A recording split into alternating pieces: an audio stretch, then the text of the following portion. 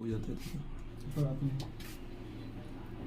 तो दोस्तों, आज हम बात करेंगे डेंसिटी के बारे में, जो मटेरियल का या मैटर का गुण है, घनत्व जिसको बोलते हैं। ठीक है, तो देखते हैं डेंसिटी क्या है। डेंसिटी किसी भी पदार्थ का जो घनत्व होता है ना, डेंसनेस होता है, उसको दर्शाता है। तो उसी को हम कहते हैं डेंसिटी। यह एक प्रॉपर्टी है। देखिए आप लोग,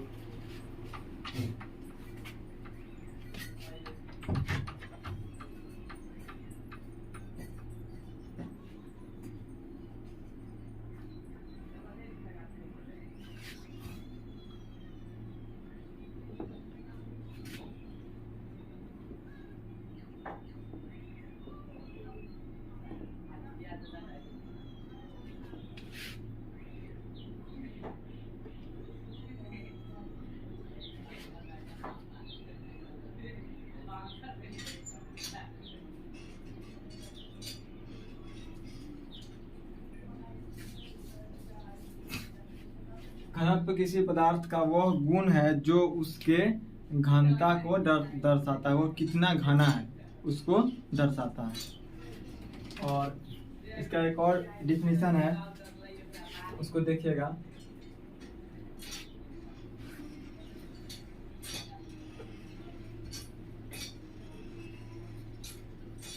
किसी पदार्थ का घनत्व उसके द्रव्यमान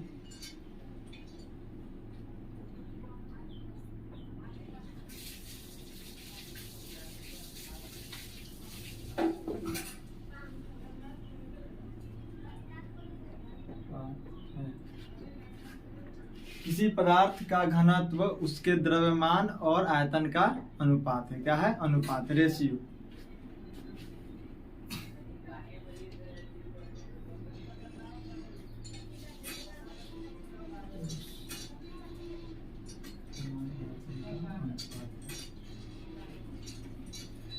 फॉर्मूला देख लेते हैं। घनत्व बराबर द्रव्यमान बटा आयतन। अगर इंग्लिश में इसको लिखेंगे तो density is equal to mass by volume, mass by per unit volume. यह हिंदी का हुआ या इंग्लिश का हुआ। इसको डिनोट करते हैं घनत्व को रो, या इसको बोलते हैं रो या स्मॉल डी से सूचित किया जाता है।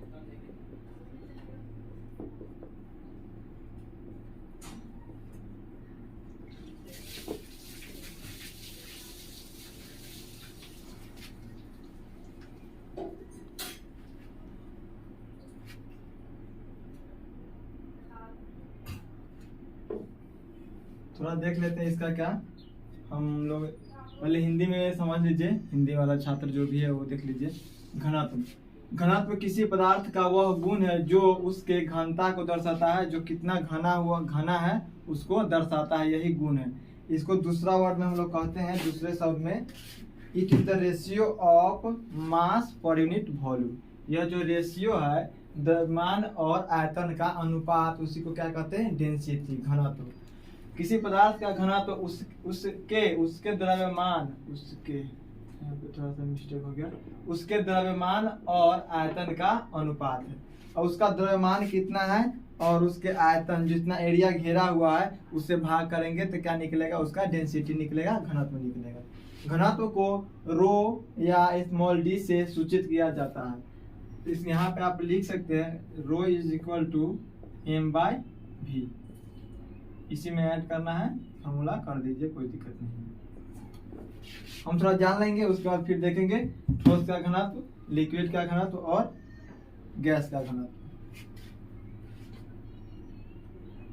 देखिए, इसे कोई पदार्थ हुआ,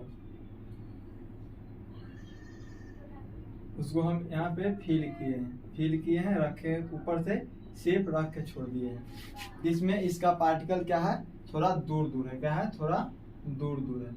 लेकिन जब इसको हम कॉम्पैक्ट करेंगे, जब डेंसिटी इसका बढ़ाएंगे, इसका वॉल्यूम जो है वॉल्यूम उतना ही रहेगा। इसका वॉल्यूम क्या है, इसका वॉल्यूम V1 है, ठीक, मान लेते हैं वॉल्यूम V1। इसका मास जो होगा, मास ऑलवेज कांस्टेंट होगा, m उतना ही रहेगा जितना इसका होगा, उतना ही अगला का भी। ये कंटेनर उतना ही बड़ा है, लेकिन इसको हम क्या किए, कॉम्पैक्ट किए, जांच दिए, यहाँ पे इसको ऊपर से क्या किए, प्रेस कर दिए, प्रेशर लगा के उसको दबा दिए। ये सब इतना ही एरिया में पूरा सट जाएगा, इतना ही एरिया में पूरा जमा हो जाएगा। तो यहाँ क्या हुआ, इसका वॉल्यूम हो गया, घट गया, वॉल्यूम घट गया, और मास क्या हो गया, मास सेम है। मास क्या है, mass constant, m constant. Constant का मतलब होता है नियत है, बैलेंस है। तो अगर हम डेंसिटी चेक करेंगे तो इसका डेंसिटी ज्यादा होगा कि इसका ज्यादा होगा। डेंसिटी आप चेक कर सकते हैं, डेंसिटी का फॉर्मूला है D = m/v। तो यहाँ m सेम है और V1, अगर V1 क्या है, यहाँ पे V1 यहाँ पे दिखा दीजिए, V1 greater than V2। V1 अगर ग्रेटर देन V2 है तो यहाँ पे D1 मान लीजिए, D1 = m/v और D2 = m/v2। अगर डेंसिटी कम रहेगा, आयतन कम रहेगा तो डेंसिटी क्या होगा, डेंसिटी बढ़ेगा। यहाँ पे आयतन क्या है, ज्यादा है तो डेंसिटी क्या होगा, घटेगा। तो D1 लेस देन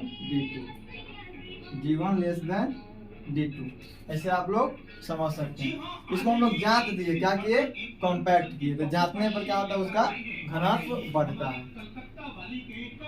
अब इंग्लिश मीडियम वाले स्टूडेंट देखेंगे, पहले आप लोग इसको नोट डाउन कर लीजिए वीडियो को पॉज करके। उसका इंग्लिश मीडियम वाले स्टूडेंट देखेंगे, उसका इंग्लिश में क्या डिफिनीशन होगा, और फॉर्मूला तो सेम ही रहेगा, लेकिन डिफिनीशन इंग्लिश में थोड़ा सा चेंज हो जाएगा। ठीक है, थोड़ा सा ध्यान दीजिएगा।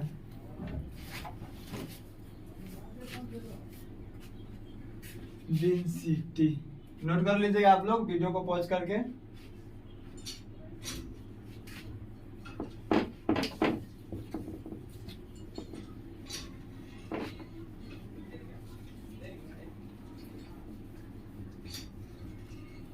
फिगर दोनों के लिए सेम ही रहेगा, जो इंग्लिश मीडियम वाला है उसके लिए भी वही होगा, हिंदी मीडियम वाला है उसके लिए वही होगा।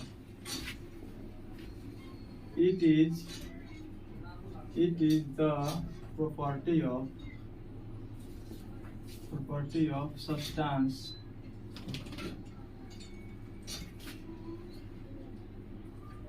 which shows the denseness of any matter,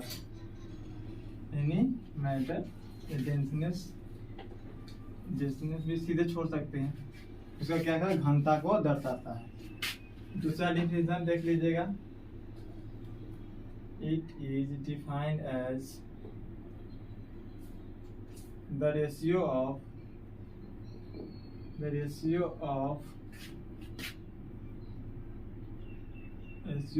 मास पर unit volume of any matter या substance. It is the property of substance which shows the denseness. यह उस सब्सटेंस का क्या है, प्रॉपर्टी है, जो उसका क्या दिखाता है, घनता को दर्शाता है। तो दूसरा, it is defined as the ratio of mass पर यूनिट वॉल्यूम।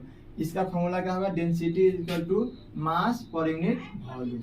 मास पर यूनिट वॉल्यूम इसका फॉर्मूला हुआ। इंग्लिश मीडियम वाले स्टूडेंट ये लिख सकते हैं। उसके बाद लिखेंगे, इट इज डिनोटेड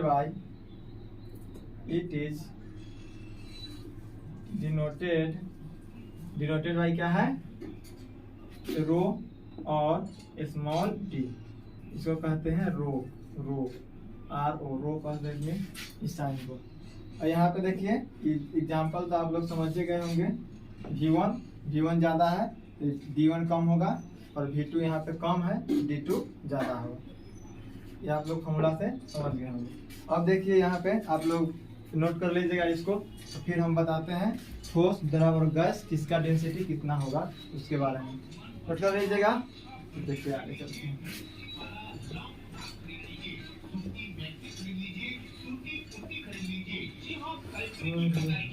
आ जाइए आपके गांव कस्बे बाजार में कलकत्ता वालों का फैंसी कपड़ों का सेल आ गया है। जी हाँ, देखिए ठोस पदार्थ जो होता है, ठोस, द्रव, गैस, इंग्लिश में सॉलिड, लिक्विड एंड गैस। देखिए सॉलिड क्या है, सॉलिड क्या होता है, लिक्विड की अपेक्षा स्ट्रॉन्ग होता है।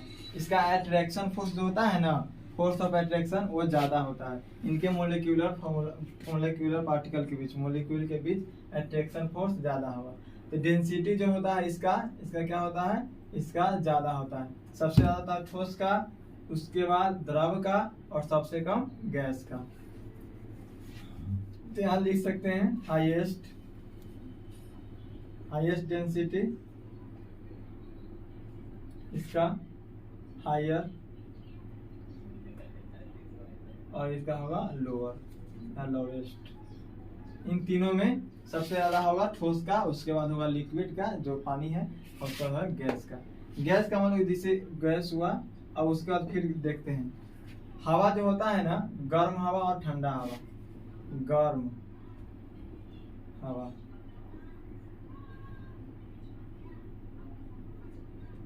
हॉट एयर कर दीजिए। गर्म हवा जो होता है इसका डेंसिटी क्या होगा, कम होगा। क्या होगा, इसका डेंसिटी कम होगा। इसका जो होता है ना वॉल्यूम, ये फैला रहता है, और इसका पार्टिकल जो होता है हल्का होता है। इसका मास कम होता है। m is equal to low, therefore या इसलिए density is equal to low than heavy air. और भारी से मतलब पता चलता है क्या, भारी, थोड़ा सा वो गर्म की अपेक्षा हल्का होगा। हवा ठंडा जो होगा, ठंडा हवा, कोल्ड एयर भारी मतलब ज्यादा। उसका मास क्या है, ज्यादा है किसके अपेक्षा, m जो होगा, m होगा हाई, m हाई होगा तो d भी क्या होगा, हाई होगा। वॉल्यूम क्या है, वॉल्यूम सेम है, v इसमें भी सेम है, v1 is equal to v2। Volume दोनों में सेम है, इसलिए गर्म हवा का जो डेंसिटी होगा वो क्या होगा, कम होगा, और ठंडा हवा का डेंसिटी ज्यादा होगा। लिखने के लिए लिख लीजिए, density of hot air is less than cold.